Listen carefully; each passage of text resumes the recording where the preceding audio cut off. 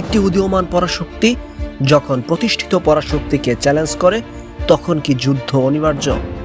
ইতিহাসে একে বলা হয় থুসিডাইসাইসিস ট্র্যাপ। 2500 বছর আগে অ্যাথেন্সের উত্থান থেকে ভয় পেয়েছিল স্পার্টা। ফলাফল ছিল ধ্বংসাত্মক যুদ্ধ। আজ ঠিক একইভাবে চীনের অর্থনৈতিক ও সামরিক উত্থানে উদ্বিগ্ন যুক্তরাষ্ট্র। প্রযুক্তি, বাণিজ্য আর ভূরাজনীতি সবখানেই এখন দুই দেশের ঠান্ডা লড়াই। তবে পারমাণবিক যুগের এই সময়ে সরাসরি যুদ্ধ মানেই তো পারস্পরিক ধ্বংস। তাই চীনের নেতা শি জিনপিং ও ট্রাম্পের মতো নেতারা বারবার বলছেন এই ফাঁদ এড়ানো সম্ভব।